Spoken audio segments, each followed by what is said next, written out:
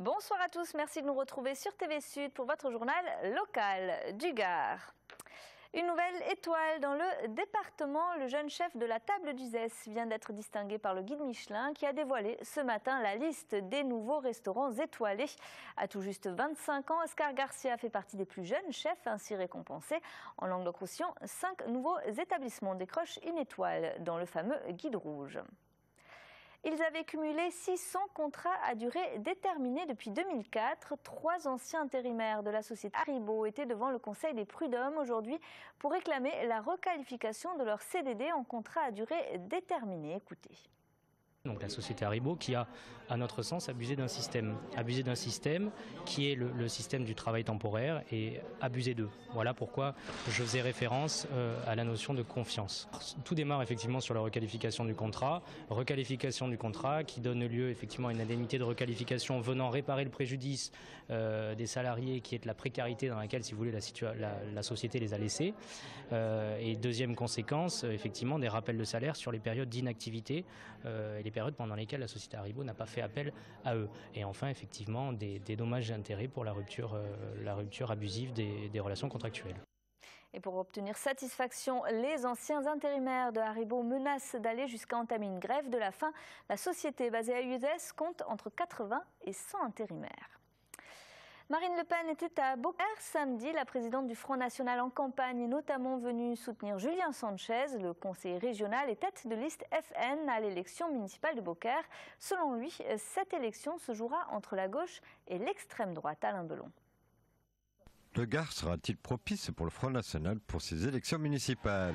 Pour cela, Marine Le Pen, sa présidente, est venue à Beaucaire pour soutenir la tête de liste, Julien Sanchez. Le Gard a apporté des très bons scores au Front National. Demain, il va apporter, j'en suis convaincu, des villes gagnées.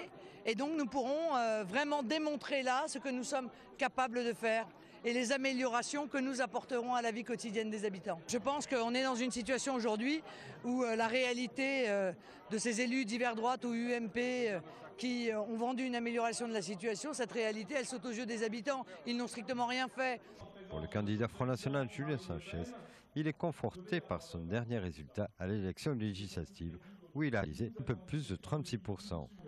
Pour lui, le choix va se jouer entre 2 candidats. Le prochain maire de Beaucaire sera de gauche ou il sera du Front National. Je demande à tous les électeurs qui ne se reconnaissent pas ou plus dans la gauche actuelle de me rejoindre. Avec 18% aux dernières législatives sur Beaucaire, l'UMP qui a cette année 2 candidats n'a aucune chance ici de gagner.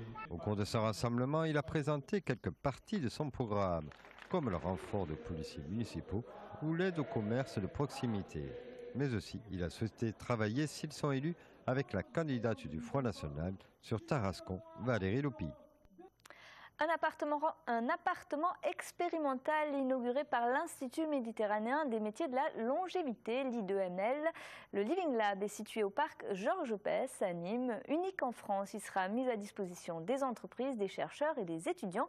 Il a pour objectif de faire émerger sur le Gard une nouvelle filière économique autour du maintien à domicile des personnes âgées. Olivier Michel. Cet appartement de 80 mètres carrés a toutes les commodités mais n'est pas à louer. Et pour cause, il s'agit d'un appartement expérimental pour les personnes âgées ou à mobilité réduite. Entièrement modulable, il doit servir à développer des nouvelles technologies pour favoriser le maintien à domicile. La modularité, c'est important pour que les personnes, les porteurs de projets ou les entreprises qui viennent nous solliciter puissent mettre au sein de notre Living Lab leur équipement à tester. Donc par exemple, un nouveau four, donc comme on est dans l'univers domestique, on va enlever le nôtre pour mettre le sien et pouvoir tester ce qui se passe quand les personnes âgées viennent utiliser son prototype. Et pour mieux observer, l'appartement est équipé de vitres teintées, de micros, de caméras et de capteurs.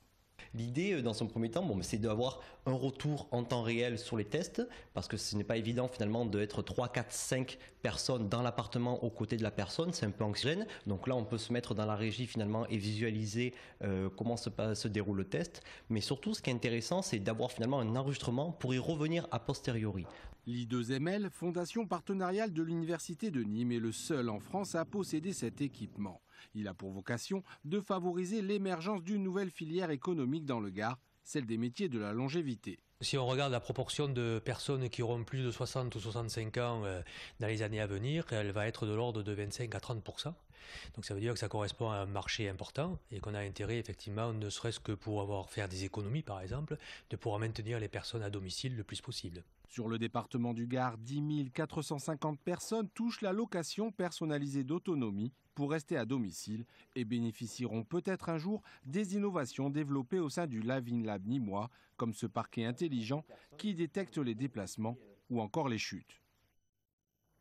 Et on termine avec la journée portes ouvertes chez les Crocos. C'est demain. Le club de foot de Nîmes ouvre ses infrastructures aux visiteurs.